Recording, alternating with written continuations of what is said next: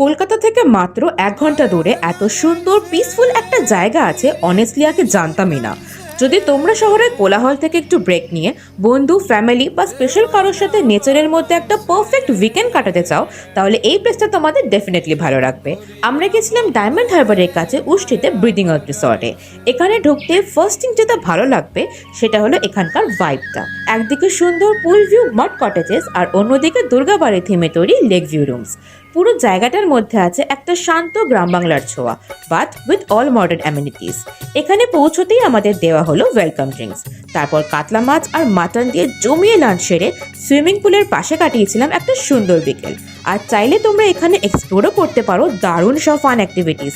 সন্ধ্যায় থাকবে evening snacks ও রাতে নিজের পছন্দের ডিনার এনজয় করে শান্তিতে একটা লম্বা ঘুম দিয়ে সকালে ঘুম ভাঙতেই চোখে পড়বে অসাধারণ একটা ভিউ, আর সাথে থাকবে সুন্দর একটা ব্রেকফাস্ট। এখানে ডে আউটিং স্টার্ট হচ্ছে মাত্র 1500 টাকা থেকে, আর নাইট স্টে উইথ ব্রেকফাস্ট 4000 টাকায়। 7000 টাকায় নাইট স্টের সাথে breakfast, lunch, evening snacks, dinner সব ইনক্লুডেড।